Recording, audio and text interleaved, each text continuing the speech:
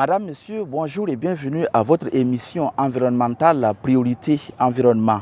Priorité Environnement qui s'intéresse pour ce mois de juillet à l'utilisation des herbicides et des pesticides dans la production agricole. Ces produits peuvent certes accroître le rendement agricole, mais le prix à payer pour l'environnement est énorme. Nous ferons un focus sur l'utilisation de ces produits dans le sud-ouest du Burkina Faso. Dans ce magazine, nous recevrons à cet effet Nabié Clovis. Il est le directeur de la protection des végétaux et du conditionnement pour de plus amples informations. Nous ferons enfin le tour de l'actualité nationale et internationale en matière d'environnement. Madame, Monsieur, bienvenue à votre émission Priorité Environnement.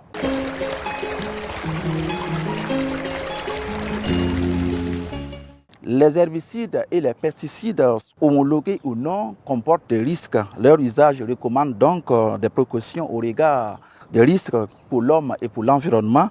Des précautions qui sont cependant foulées aux pieds dans certaines localités du Burkina Faso. C'est le cas, par exemple, dans le sud-ouest. Je vous propose de suivre ce reportage réalisé par Jean-Hugues Bayala et bienvenue Tansa. Les pesticides. Ils désignent toute substance ou association de substances chimiques ou biologiques utilisées pour repousser, détruire ou combattre des organismes nuisibles. On distingue plusieurs types de pesticides. Nous avons les insecticides pour lutter contre les insectes. Nous avons les herbicides pour lutter contre les mauvaises herbes. Les fongicides pour lutter contre les champignons. Les rodenticides pour lutter contre les rongeurs. Les molluscicides pour lutter contre les mollusques. Ici, dans la région du sud-ouest, le recours aux insecticides et aux herbicides est monnaie courante. Dans l'agriculture, par exemple, il ressort que 90% des acteurs font des herbicides leurs alliés. Mais compte tenu de leur toxicité, les spécialistes des questions environnementales prônent l'usage des pesticides homologués par le comité sahélien des pesticides. Le pesticide homologué, on a eu quand même le temps de faire des tests au niveau du laboratoire pour se rassurer vraiment des doses qu'il faut utiliser et vraiment qu'est-ce qu'il faut faire en cas d'incident. Moins nocif, tout bien considéré, les pesticides homologués comportent des risques, alors leur manipulation nécessite de nombreuses précautions. Il y a un ensemble de bonnes pratiques qui encadrent l'utilisation des pesticides. Quand je prends ne seulement que l'élément protection de celui qui fait le traitement. Il faut dire qu'en matière de traitement de pesticides, il est recommandé le port d'un équipement de protection individuelle, en abrégé EPI. Au-delà de ça, il y a le respect de la posologie, notamment les doses. Voilà, les doses avant récolte, les doses après la récolte. Il faut aussi savoir que lorsqu'il y a le vent qui souffle, on ne doit pas utiliser les pesticides parce que le vent va transporter les pesticides de votre endroit vers un endroit que vous ne voulez pas et que ça pulvérise. Et lorsque vous voyez qu'il y a la pluie qui se prépare, alors ce n'est pas conseillé d'utiliser les pesticides parce que lorsque vous pulvérisez, voilà, il va de sorte que la pluie va venir ruisseler, amener ça dans d'autres comtés, dans les rivières, dans les eaux, ce qui encore va pouvoir faire en tout cas des dégâts, contaminer voilà, les espèces qui s'y trouvent. Malheureusement, tous ces principes sont la plupart du temps foulés aux pieds. Il y a danger, alertent les techniciens en charge de la protection de l'environnement. Les pesticides homologués ont des conséquences sur l'environnement, sur la santé humaine, sur la santé animale, malgré qu'ils soient homologués. Il faut dire réellement que l'usage des pesticides homologués ou non homologués, c'est de le faire avec beaucoup d'attention. À côté de cela également, il y a l'utilisation même des pesticides homologués. Il y a beaucoup de ces produits qui rentrent, qui ne sont pas homologués. Et c'est ce qui est le plus utilisé, en raison vraiment du fait que le coût est moindre par rapport aux produits homologués. Voilà, qui fait que les gens utilisent beaucoup ces produits, alors que ce n'est pas recommandé. Les défenseurs de l'environnement parlent de conséquences beaucoup plus importantes qu'on ne l'imagine, parfois tardives. Les pesticides ont des conséquences aussi sur la faune, la flore et les eaux.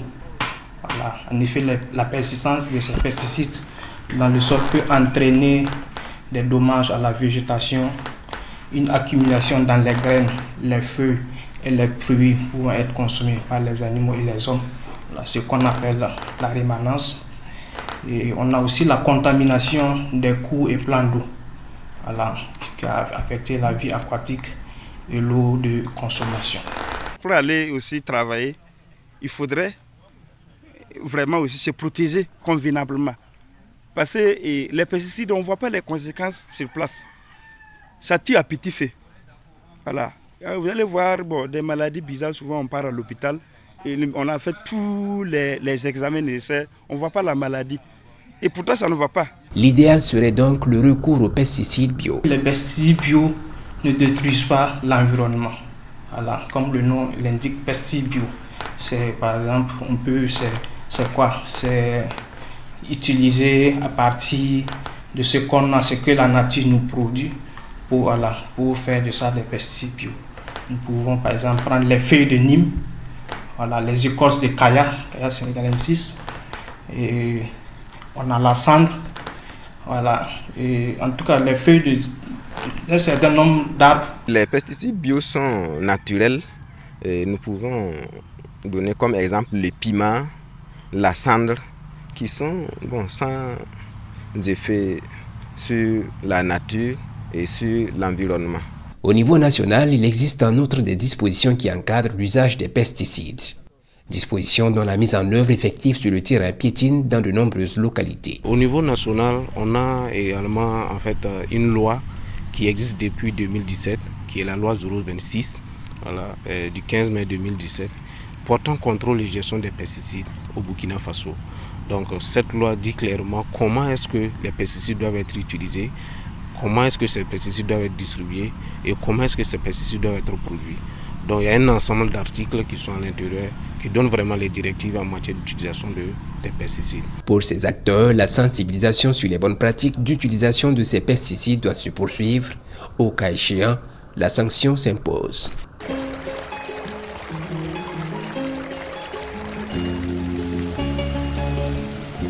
Comme je vous le disais en titre, nous recevons Clovis Nabié. Il est le directeur de la protection des végétaux et du conditionnement. Monsieur Nabié, bonjour. Bonjour, monsieur. Merci d'accepter notre invitation. Et merci, c'est à vous. Alors, il est question de l'utilisation des pesticides et des herbicides. D'abord, qu'est-ce qu'un herbicide? Par définition, un herbicide est une matière active ou un produit formulé pour tuer ou inhiber la croissance d'une plante indésirable, communément appelée mauvaise herbe.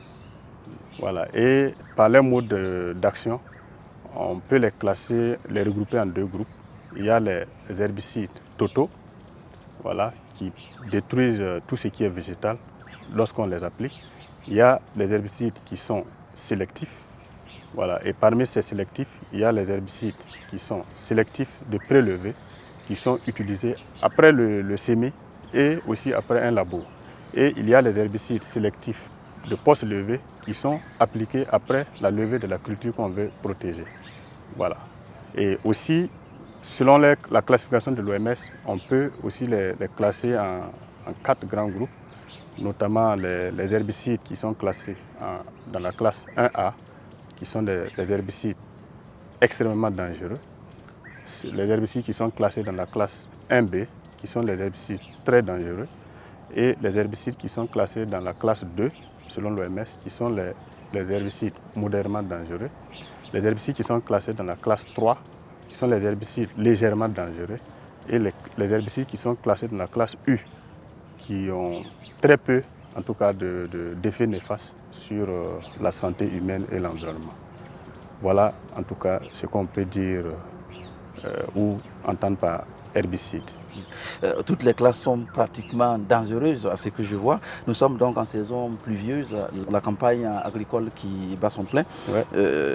On constate en tout cas souvent une utilisation abusive souvent de ces produits-là. Est-ce que du point de vue de l'environnement, c'est une mauvaise nouvelle? De prime abord, oui, c'est une mauvaise nouvelle du point de vue de l'environnement, compte tenu du fait qu'il y a certaines personnes qui les utilisent pas selon les règles là. Sinon, il faut dire que depuis les années 2000, nous avons assisté vraiment à un accroissement progressif de l'intensification de l'utilisation des herbicides, dû aussi à un certain nombre de facteurs qui ont amené les producteurs à utiliser ces herbicides. Les producteurs veulent accroître leur superficie et cependant aussi, la main-d'œuvre se fait rare, surtout avec l'orpaillage, qui est le boom minier, qui fait que la plupart des jeunes migrent vers les sites d'orpaillage. Il y a aussi la scolarisation. On encourage que chaque producteur envoie ses enfants à l'école. Donc du coup, le producteur se trouve en tout cas face à une raréfaction de la main-d'œuvre. Donc ce qui l'amène à étendre ses superficies et à faire recours aussi aux herbicides. Mais quoi qu'on dise, les herbicides ne sont pas mauvais en soi, c'est seulement l'utilisation. Voilà. Le constat qu'on fait sur le terrain, c'est que la plupart des producteurs ne l'appliquent pas selon les règles de l'art. Ce qui fait que cette mauvaise utilisation peut en tout cas amener les herbicides à avoir un effet négatif pour l'environnement. Quelles peuvent donc être ces conséquences-là sur l'environnement justement si ces produits-là sont mal utilisés? Oui, il faut dire qu'il y a plusieurs effets. Si ces produits sont mal utilisés, il y a plusieurs impacts négatifs que les herbicides peuvent avoir sur l'environnement. Premièrement, j'allais dire que pour le producteur lui-même, il y a la dégradation des sols sur lesquels il pratique son agriculture. Voilà, si les herbicides sont mal utilisés, ça peut avoir un effet négatif sur le sol. Notamment, ça détruit tout ce qui est micro-organismes dans notre jargon, tout ce qui est animaux du sol. Voilà. En tout cas, quand vous voyez après l'application d'un herbicide, vous voyez que les vers de terre, les termites, les fourmis, ça meurt. Voilà, après souvent un traitement. Donc ça amène ce qu'on appelle la porosité du sol. C'est-à-dire le sol n'est plus poreux, donc pas de possibilité de retenir l'eau en quantité. Donc du coup, le sol sur lequel le producteur lui-même pratique son agriculture baisse, sa fertilité baisse. Voilà. Et ça, c'est le premier aspect. Et deuxièmement, l'autre impact aussi, c'est que les herbicides, à force de les répéter, de les utiliser surtout de façon répétitive sur un même sol, ça peut aussi occasionner la disparition de certaines espèces végétales. Voilà. Et qui parle de disparition de certaines espèces végétales parle aussi de perte de biodiversité. Et quoi qu'on dise, la chaîne dans l'environnement, tout est lié. Voilà. Et troisièmement, il y a aussi le fait que plusieurs études ont montré que les herbicides qui sont utilisés en agriculture se retrouvent dans les mares par le fait de ruissellement des eaux de pluie et aussi peuvent s'infiltrer dans les couches supérieures du sol ou même aller en profondeur par le fait du lessivage.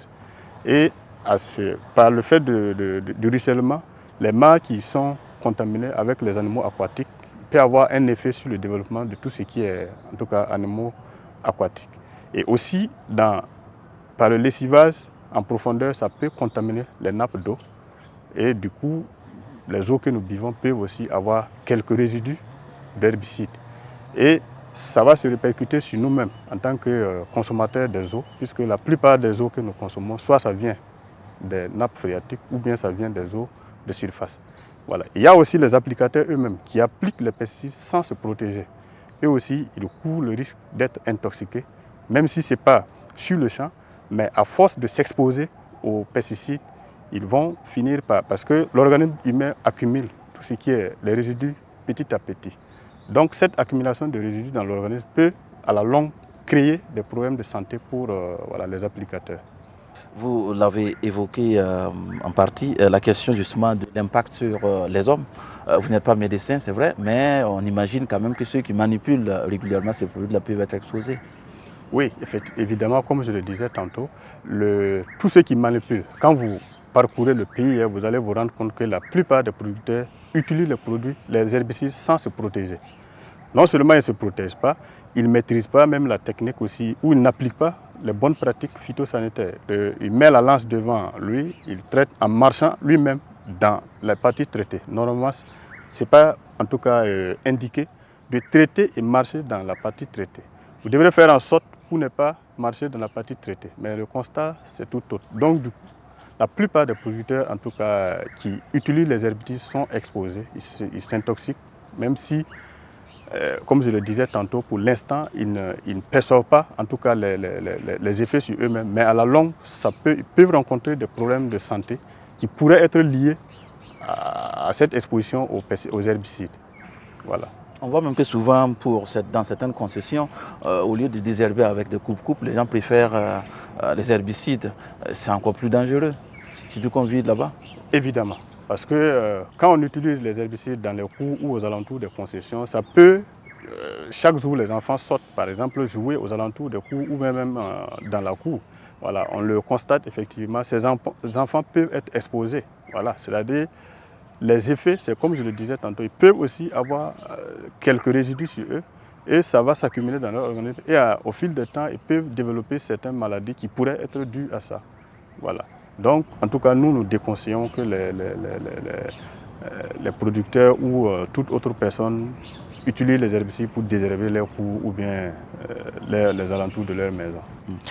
En même temps, on peut dire que c'est un mal nécessaire puisque l'agriculture en a besoin pour en tout cas accroître les rendements. Quelle alternative proposez-vous? Qu'est-ce que vous préconisez finalement aux producteurs? Premièrement, nous les conseillons en tout cas de combiner les différentes méthodes de désherbage. Parce qu'il y a le désherbage mécanique, manuel, et il y a aussi l'utilisation des herbicides de synthèse, mais il y a aussi, aujourd'hui, avec l'évolution de la recherche, il y a de plus en plus la lutte biologique qui est développée. Voilà. Il y a aussi même la destruction de certaines mauvaises herbes par la chaleur. Il y a des tondeuses qui peuvent détruire les mauvaises herbes par la chaleur. Donc c'est peut-être pour ce qui est du désherbage en ville, demander qu'on s'oriente vers peut-être ces méthodes, surtout les tondeuses à gaz qui peuvent détruire voilà, les mauvaises herbes.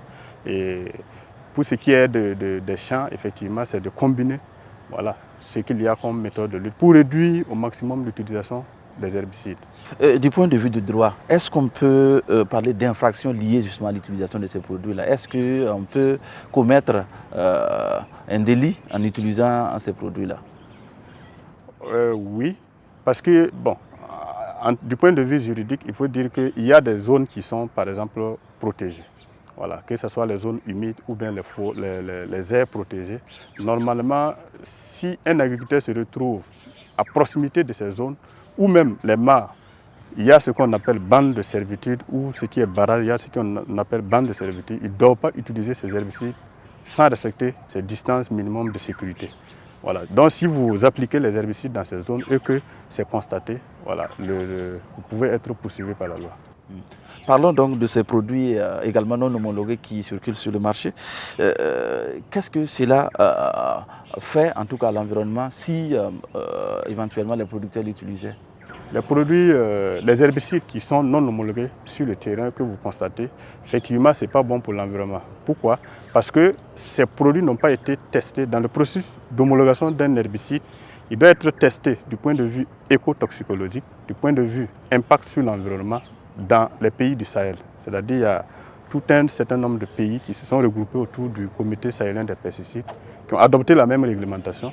Donc ces produits sont testés dans au moins 2 ou 3 pays pour voir leur impact avant d'autoriser leur utilisation ou leur vente sur le terrain. Mais les produits non homologués, on ne maîtrise pas ces aspects. Voilà, ces produits n'ont pas été évalués dans notre espace. Peut-être que c'est des zones beaucoup plus humides et ces produits sont autorisés dans ces endroits par rapport à nous qui sommes des pays du Sahel. Du coup, en utilisant ces herbicides, ça peut avoir un impact sur l'environnement qui est beaucoup plus important que dans les zones où ces produits sont autorisés. Voilà pourquoi, en tout cas, les gens qui utilisent les herbicides non autorisés, nous les déconseillons voilà, d'utiliser ces herbicides parce que leur impact sur la santé, sur l'environnement et tout ce qu'il y a comme les animaux, voilà, on ne maîtrise pas ces aspects. Et quel conseil donc aux producteurs? Bon, le conseil que nous donnons aux producteurs, c'est de les inviter vraiment à utiliser premièrement, dans le cadre du désherbage, tout ce qu'il y a comme méthode mécanique et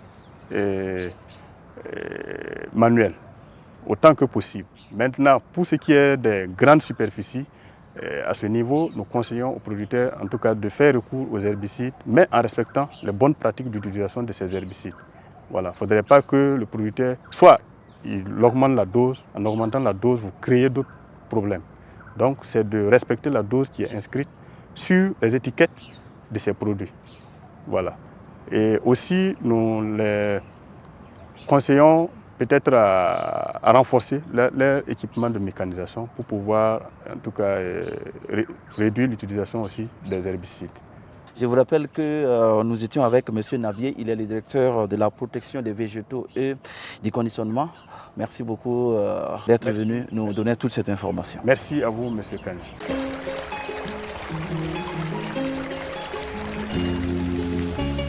Qu'est-ce qui fait l'actualité environnementale dans ce mois de juillet? Suivons le tour d'horizon que nous propose Bienvenue Tanoussa. Reverdir le Burkina Faso et lutter contre les effets néfastes du changement climatique. Pour les bienfaits qu'il apporte notamment à l'homme, l'arbre est magnifié à travers une journée. La 6e édition de la Journée nationale de l'arbre, tenue le 22 juin dernier à Bobo-Dioulasso, a eu pour thème « Arbre capital de résilience pour un développement endogène ». Il s'agit pour les autorités burkinabè de susciter un engouement populaire pour la plantation d'arbres, l'entretien et la protection des plants, entre autres. Cette activité consacre du coup le lancement de la campagne nationale de réforestation sous les concepts « Mon institution, mon entreprise, mon bosquet », je reverdis mon domicile, un rond-point, un aménagement paysager, une rue ou une avenue, une plantation d'alignement. Je reverdis mon lieu de culte, le bosquet des mariés. Reverdissons l'espace de nos monuments. J'aménage mon centre de santé, une école, un bosquet pour épouser la vision des 3 luttes sous la Révolution. Et pour cette campagne de reboisement, 6 millions de plants sont à mettre en terre avec une ambition de survie d'au moins 50%.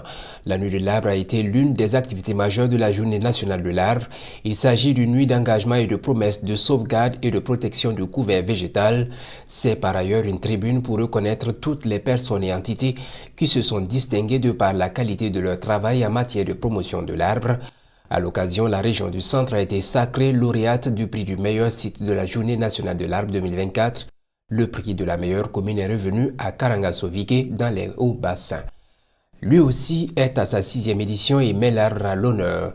Le Salon international de l'arbre, tenu du 17 au 20 juillet dernier à Ouagadougou, 4 jours de réflexion et d'action en vue de la promotion des valeurs liées à la protection de l'arbre et de l'environnement. Mais pendant ce temps, la nature reste durement éprouvée comme ici à Diarabakoko dans les Cascades où est découverte une activité minière illégale. L'impact environnemental est énorme selon ce constat. Une bonne partie de la forêt détruite, un cours d'eau détourné de son lit naturel et d'énormes crevasses du fait de l'utilisation d'engins lourds. Une activité illégale dont l'arrêt a été ordonné le 2 juillet dernier par le ministre en charge des mines et celui délégué à la sécurité, et ce sur instruction du chef de l'État. Il ne s'agit pas là d'un cas isolé. Plusieurs sites clandestins seraient exploités dans les mêmes conditions dans d'autres parties du Burkina. La bonne nouvelle est que les autorités annoncent des actions pour traquer les éventuels responsables et prendre les directives qui s'imposent. Bonne nouvelle pour la couche d'ozone. Une famille de gaz nocifs pour cette couche d'ozone décline plus vite que prévu selon une étude récente publiée dans la revue Nature Climate Change. Il s'agit des hydrochlorofluorocarbures ou HCFC, notamment utilisés dans les systèmes de refroidissement, réfrigérateurs et climatisation. Des chercheurs expliquent que les concentrations d'hydrochlorofluorocarbures dans l'atmosphère ont baissé de 1% entre 2021 et 2023. Selon eux, les émissions de cette famille de gaz, connue pour son rôle dans la dégradation de la couche d'ozone et son fort impact climatique, ont atteint leur pic en 2021, 5 ans plus tôt que prévu. La diminution des émissions de ces gaz possédant un pouvoir de réchauffement 1910 fois plus important que le CO2 pour une durée de vie de 100 ans dans l'atmosphère devrait se poursuivre dans les années à venir. En effet, le monde doit progressivement sortir des HCFC dans le cadre du protocole de Montréal qui a acté en 2010 leur interdiction pour 2040. L'utilisation de cette famille de gaz est d'ores et déjà proscrite dans les pays industrialisés depuis 2020. Dans le reste du monde, cette interdiction est prévue en 2040. La quantité de poussière dans l'atmosphère a légèrement diminué en 2023, a indiqué récemment l'Organisation météorologique mondiale OMM, relevant toutefois qu'une mauvaise gestion environnementale augmente le risque de tempêtes de sable et de poussière dans le monde. L'OMM qui indique que chaque année, environ 2000 millions de tonnes de poussière pénètrent dans l'atmosphère, obscurcissant le ciel et nuisant à la qualité de l'air dans des régions pouvant se trouver à des milliers de kilomètres de là, mais aussi affectant des économies, des écosystèmes, la météo et le climat. Il s'agit essentiellement d'un processus naturel, mais une part non négligeable résulte d'une mauvaise gestion de l'eau et des terres, déplore l'OMM. Voilà, on s'arrête là pour ce magazine consacré à l'utilisation des pesticides et des herbicides et leurs effets néfastes sur l'environnement et sur l'homme naturellement. Rendez-vous est pris pour le mois prochain, mais je vous rappelle cette citation fort à propos. Il ne sert à rien à l'homme de chercher la lune s'il venait à perdre la terre. Prenez donc soin de vous et de votre environnement.